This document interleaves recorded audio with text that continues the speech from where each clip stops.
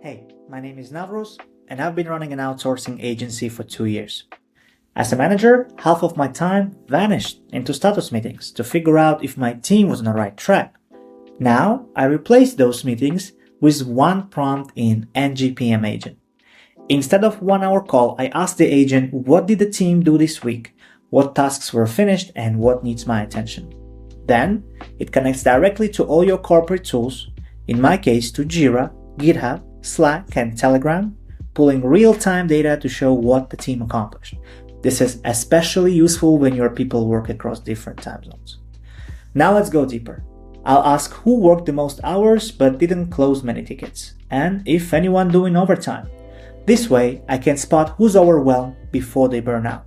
It gives me the context to know where to step in and help. PM Agent can put this on autopilot. It has a task function. You just give it a name and describe what you want. In my case, I want to know which projects might miss their deadlines and who's overloaded. And I want to receive reports specifically on marketing performance at 9 a.m. every Monday in my Telegram and email. This way, I have full clarity and can make decisions based on real data without chasing updates across departments.